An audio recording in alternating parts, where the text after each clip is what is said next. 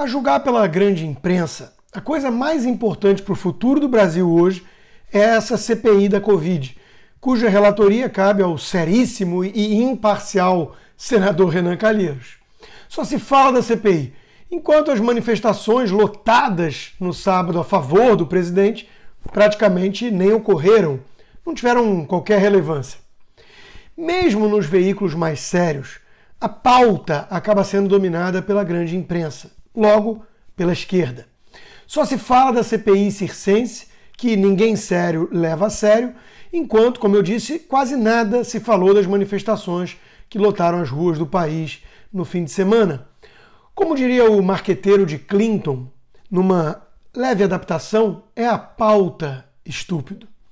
Das pautas debatidas nas rádios aos temas quentes, muitas vezes nas redes sociais, são esses grandes jornais remanescentes que acabam tendo voz. Às vezes acontece de serem atropelados pelo povo, mas via de regra ainda há esse poder restante de uma mídia que agoniza e perde credibilidade a cada dia, ditar as pautas. E como gostariam de ter o poder de outrora, né? Para além das pautas. Terem condições de impor, por exemplo, a narrativa hegemônica desses temas. Mas isso já era, isso não volta mais.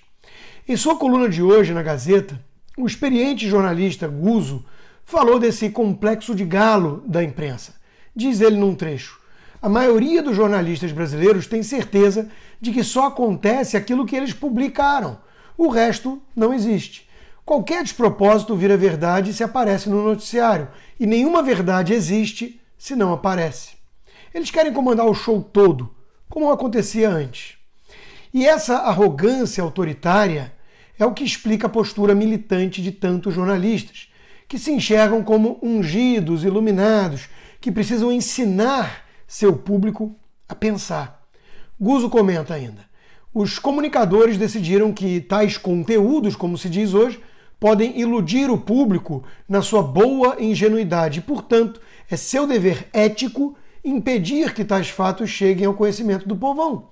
Imagine se as pessoas acreditarem que há gente a favor de Bolsonaro e contra o Supremo. Não pode.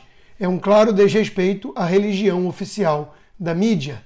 Não é notícia, é o mal. O mal tem que ser combatido. E por aí vamos, conclui.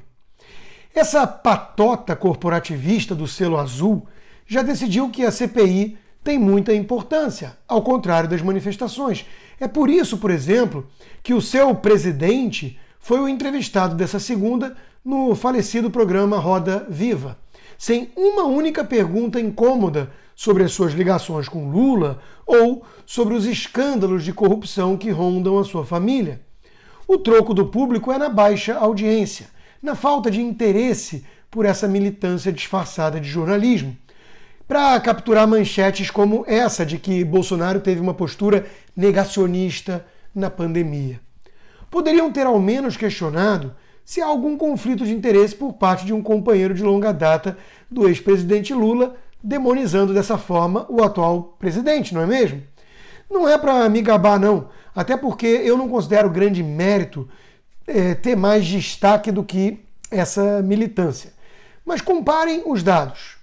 Um tem muita grana da TV Dória, tem o dobro de inscritos por legado do bom trabalho anterior. Só não tem uma coisa: audiência, público, gente interessada nessa militância toda. Além do presidente Omar Aziz, temos o relator, como eu já mencionei. Mas não pensem que a imprensa trata Renan Calheiros com o devido respeito que ele merece, né? Ou seja, nenhum. Ao contrário, o homem foi transformado em figura respeitável e disse até que não vai se encontrar com Lula, pois o relator tem que ser imparcial. Opa! Alexandre Garcia, outro experiente jornalista, apontou para esse ato falho. Mas Lula nada tem a ver com a investigação da CPI, e sim com a eleição de 2022. Ato falho do relator? Imparcialidade é não falar com o candidato a presidente, então o objeto da CPI é a eleição do ano que vem. Se não for, imparcialidade é evitar laços de sangue e se declarar impedido. Pois é, né? Quem liga para isso na grande imprensa? não os militantes que trabalham para derrubar o presidente, com certeza. Um deles, aliás, chegou a comparar os vândalos dos black blocs a serviço da extrema-esquerda com o povo trabalhador que foi às ruas no sábado pedir respeito à Constituição, que vem sendo rasgada pelo próprio Supremo, e também voto auditável, porque não confiam nas urnas.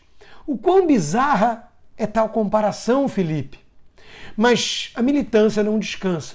Precisa impor suas pautas, e por isso é que a chamada do antagonista enaltece Mandetta, o convocado de hoje na CPI, e quem Diogo Mainardi, um dos sócios dos Antas, já declarou ser o seu candidato em 2022.